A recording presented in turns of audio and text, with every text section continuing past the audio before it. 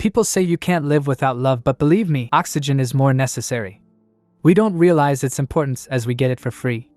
Imagine if one day, all the trees disappear and we have to buy oxygen? This happened in a town named Thneedville.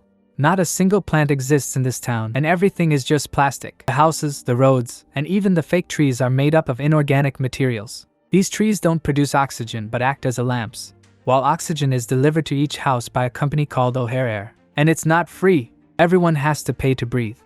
It's been so many years since this revolution that people have gotten used to this lifestyle. They don't even bother to question it or try to change it. The O'Hare Air is owned by the town's mayor, Aloysius O'Hare. He's of course the richest man living his life in luxury.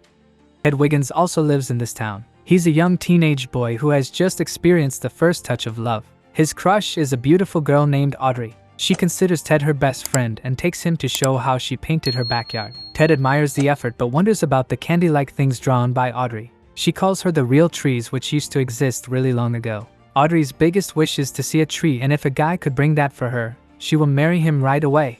This is a great opportunity for Ted.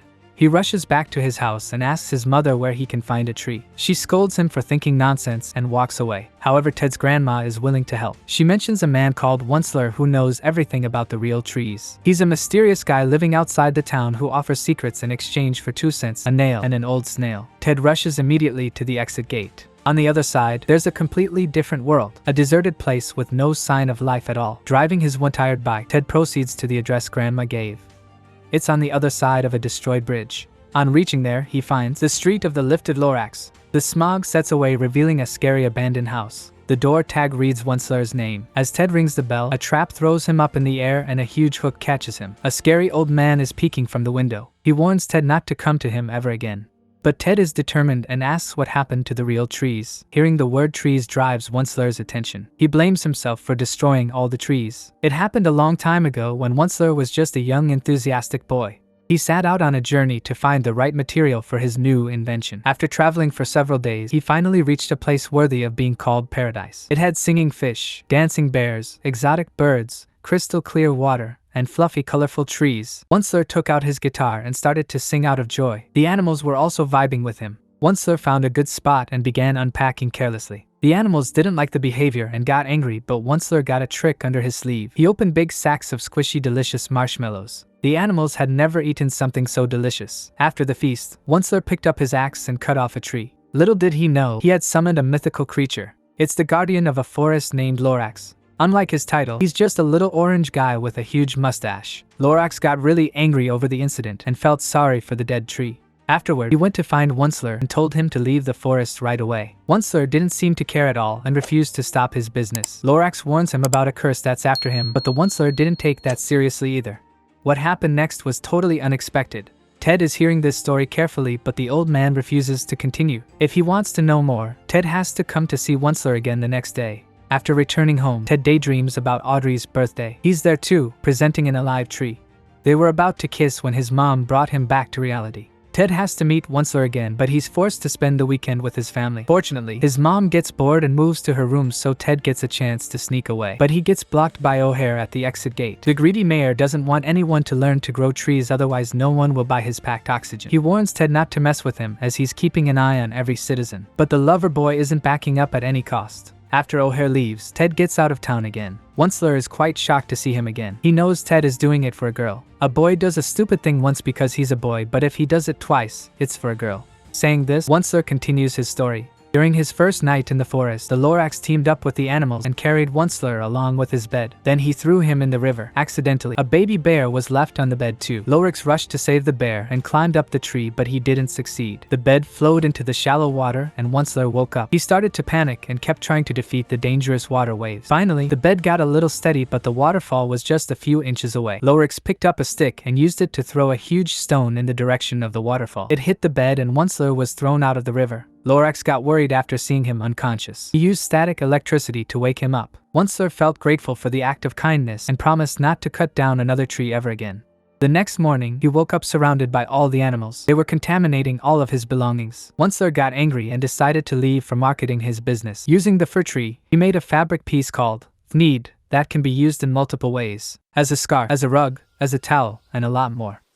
Lorax made fun of his weird invention and predicted its failure. He was right. Everyone else also made fun of Onceler's invention. He lost his heart, threw away the thneed. It accidentally fell over the head of a beautiful girl. She looked really trendy, and now everyone else needs a thneed too. Unaware of his success, Onceler is living his life with the forest animals. Suddenly a crowd of people marched his way while requesting a thneed. He's about to get rich. Onceler leaves the story at the cliffhanger again.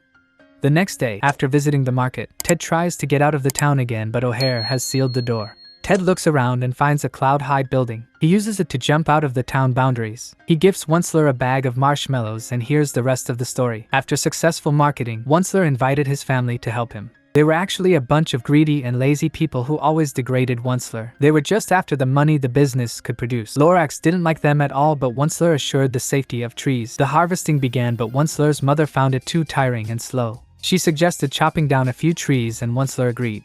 Lorax reminded him of the promise and called him a bad guy, but the greediness for success didn't let Onceler back off. He picked up his guitar and started singing a song about not being too bad. He believed that he was just following his destiny. Just like any other businessman, he only thought about profit and money. His greediness didn't let him see the destruction he was causing. His factory got bigger day by day. The pollution spread all through the air. The water got contaminated and the fish couldn't survive. The animals weren't left with any food either. Meanwhile, Onceler had built a huge luxurious mansion with a spacious office. Lorax came to meet him and told him how he changed. He got everything but still wanted more. Onceler had become a totally different person and forgot the promise he made. Lorax felt sorry for him, but Onceler believed he wasn't doing anything illegal and nothing can stop him. As soon as he said that, the last tree was chopped down.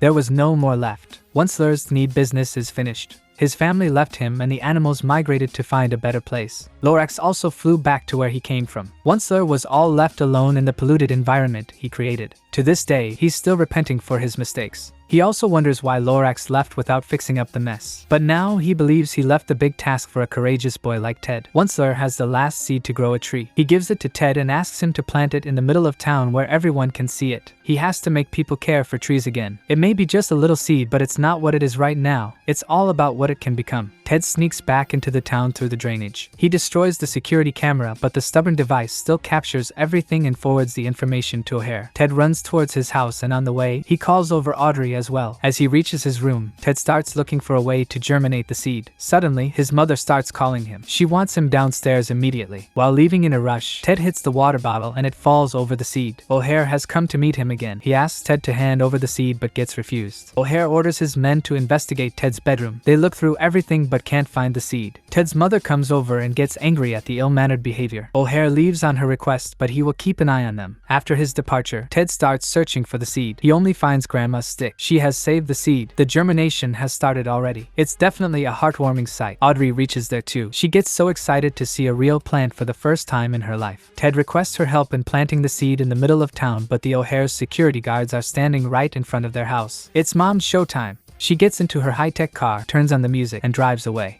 The guard assumes that Ted is inside the car, so he starts following it. He uses the nitro boost to speed up and hits the escaping car. Ted's mother makes a risky move and turns into a half-constructed bridge. Thankfully, she applies the brakes at the right moment. The guard happily opens the car's door, but only finds a dummy. Ted is already on his way along with Audrey and Grandma. O'Hare is not giving up either. He's flying after the seed. Ted drives through the dangerous routes and makes O'Hare collide with his own guards. Even after such accidents, O'Hare keeps following. Ted gets on the elevator and reaches the top of a tall building. He checks on the seed and it's totally fine. O'Hare gets angry and uses his gun to turn the oxygen fans. The wind blows away the seed. O'Hare and his man rush after it. Ted is coming for it as well. The seed lands inside an oxygen container, but a van hits it and the seed gets lost again. The containers are rolling down the street. O'Hare catches up the seed container, but his hand gets stuck in it. Ted is also coming that way. He almost misses the catch, but the cool grandma uses her stick to snatch away the seed. They drive to the Central Park and start looking for a spot to plant, but there's no mud at all. No worries. Grandma always has a solution. She gets on the tractor and hits O'Hare's statue. The head falls down and breaks the metal ground. The public starts to question their acts. O'Hare comes over and calls a tree filthy and useless. He tries to convince the public that they don't need any trees and that photosynthesis is just a lie. Everyone goes against Ted's intention and proceeds to stop him. Ted gets on the tractor and starts hitting the town's walls. They break down, revealing the world outside. That's the hidden reality.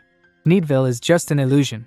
Ted requests everyone to give a chance to trees. People start to get his point. They are tired of living a plastic life trapped inside the walls. They want to breathe fresh and free air. O'Hare makes his last effort to stop them, but people have made their choice already. With their support, Ted plants the seed and waters it. Within just a few more years, plants start to grow everywhere. Onceler has come out of his house as well and waters his little garden daily. Animals are coming back too, but Onceler is looking forward to someone else, his old friend, Lorax.